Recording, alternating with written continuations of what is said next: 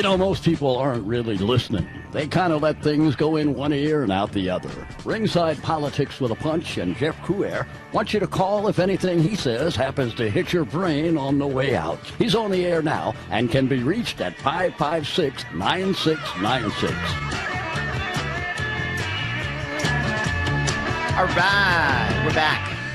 And boy, what a great guest we just had, K. Carl Smith. Want to thank him for being with us. Got another great guest joining us right now. And boy, he has accomplished a great deal on YouTube. He's been on there since 2005. He's CEO of Creatus, founder of the Vid Summit.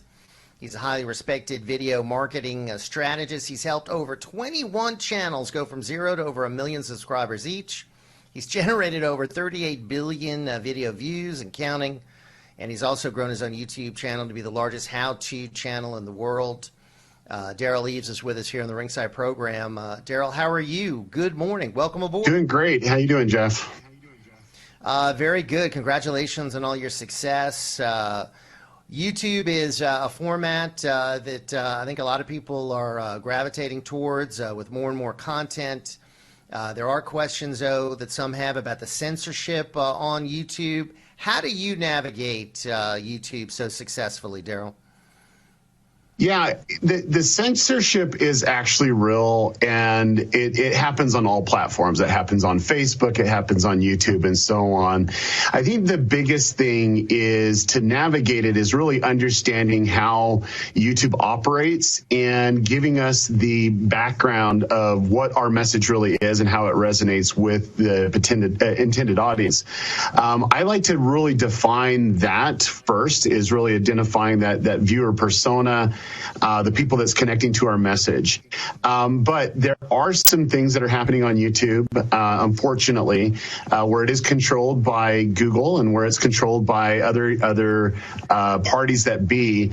If they tend to disagree with what you believe in, they have a tendency to kind of suppress or not get the results that you need to. Now, the thing that I found is I'm actually a CEO of a company called The Chosen.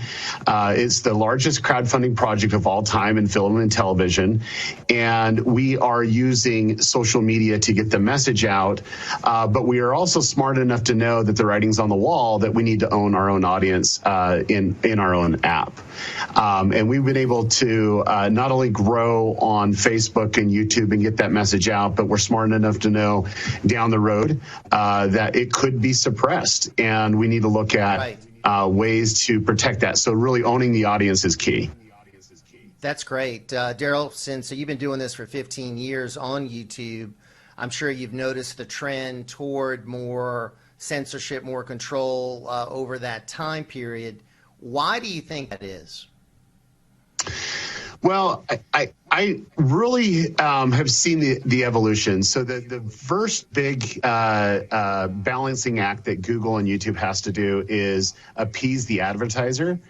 And with advertisers, they're a little bit more sensitive to certain things, and they want to make sure things are brand safe and so on.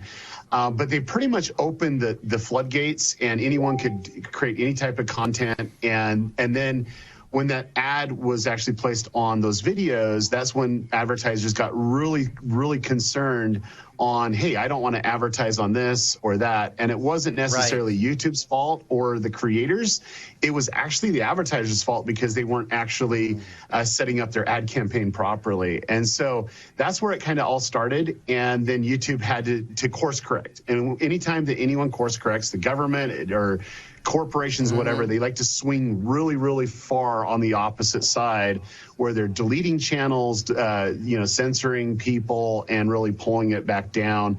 I think now they've been able to swing a little bit more into the middle, where they're less critical of certain things. They're now allowing things that they were banning. I don't want to say banning, but they were actually suppressing before, where they're now able to open it up because of the new system that they put in play with advertisers. We're visiting with Derral Eves, CEO of Creatus, founder of the Vid Summit, and I want to talk to him about how he's working with fellow YouTubers to help those in need who are struggling during this coronavirus. We just need to look at the numbers, Derral. 30.2 million Americans are now unemployed. Poverty is increasing, mental health problems increasing, homelessness increasing. We've got a real crisis on our hands. So what are you and some of these other folks on YouTube, many of them millennials with huge followings, what's going on to try to help with this crisis? Well, what's interesting is we live in a society of people that take and are greedy and are hoarding, and people that give. And what I found is there's these influencers that influence millions and millions and millions of our younger generation and the Generation Z and millennials.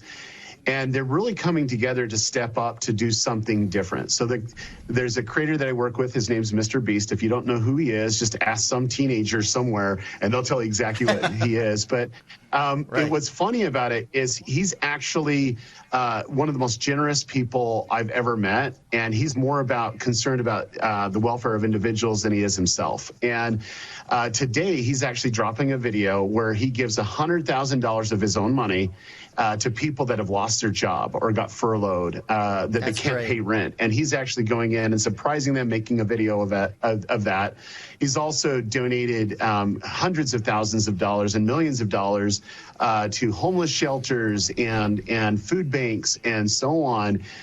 Just because it makes, number one, great content, but ultimately it shows people that in this life, when we give and we have the giver's mentality, that we receive so much more. And it's inspiring our youth to be givers and not just takers. And that's what I'm the most excited about, is to see that. And, that's wonderful to see people that are being generous in a time of need and giving back. And as you say, you give back and you'll receive a hundredfold from that act of generosity. So tell us about the rock, paper, scissors tournament. What is that?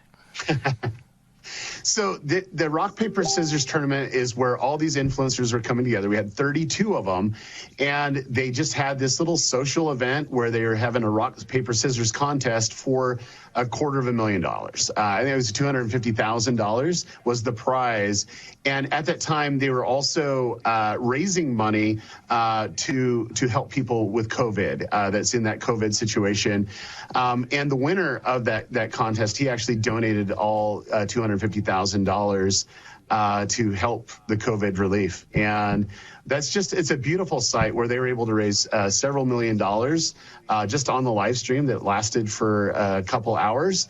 And then also the grand prize, and having them give it to an organization to help more people is just, it's very inspiring, very inspiring. Well, I mean, and you're in the midst of all this, and I want to congratulate you for being involved and for doing what you can to help Americans in need, because obviously you see it. I mean, this thing, we had the best economy in the world at the end of February, and now we're into May, and we've got disaster on our hands. And unemployment report coming out tomorrow, we could have 20% unemployment maybe. So we're getting close to Great Depression levels, and this has happened just so quickly. Obviously, this is, something where it's not just the government, but we're going to need people that have some means stepping forward to help out as well. And that's why I'm pleased to see you and your colleagues doing this and doing it in such a generous way. How can our listeners and viewers get more information about these projects, Derral? Yeah, so I would follow Mr. Beast on YouTube. But what I really want to say, and this is really important, is inspire our youth. Talk about what he's doing and how you can apply it locally. And that's what I think the message is if we are givers and we're helping people, that's going to really help our communities, and that communities, as our communities strengthen, will help strengthen this country and also the world. And so I think just inspiring our youth to think about others instead of themselves is the big key. And they can get that inspiration by one of the biggest YouTubers that's on the planet, Mr. Beast, and they can find him at Mr. Beast on YouTube. And finally, Derral, do you think, and I'm sure you've got a lot of young people, millennials, that follow you, I mean, do you think this generation that we are talking about is a generous generation? Do you think they are altruistic, or do you think there are too many that are selfish and just focused on their own needs?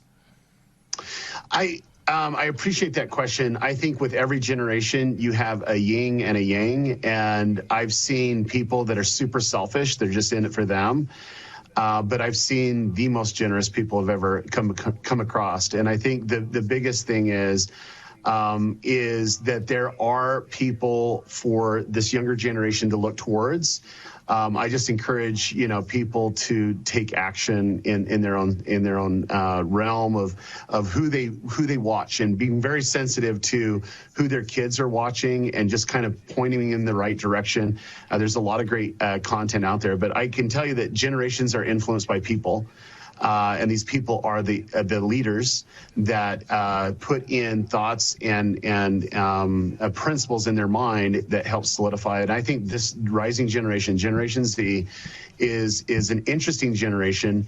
But I think they're actually the smartest generation to ever walk the face of the earth. And I think the difference is we're giving them the tools and the technology to take this community and the world and the country to a place it's never been. We just need to inspire them to want to take and do something, because once they make up their mind, once they're locked into it, I've seen them do things that other generations couldn't do because they were stuck in an old way of doing it. And this is more outside the box thinking and more outside the box inspiration.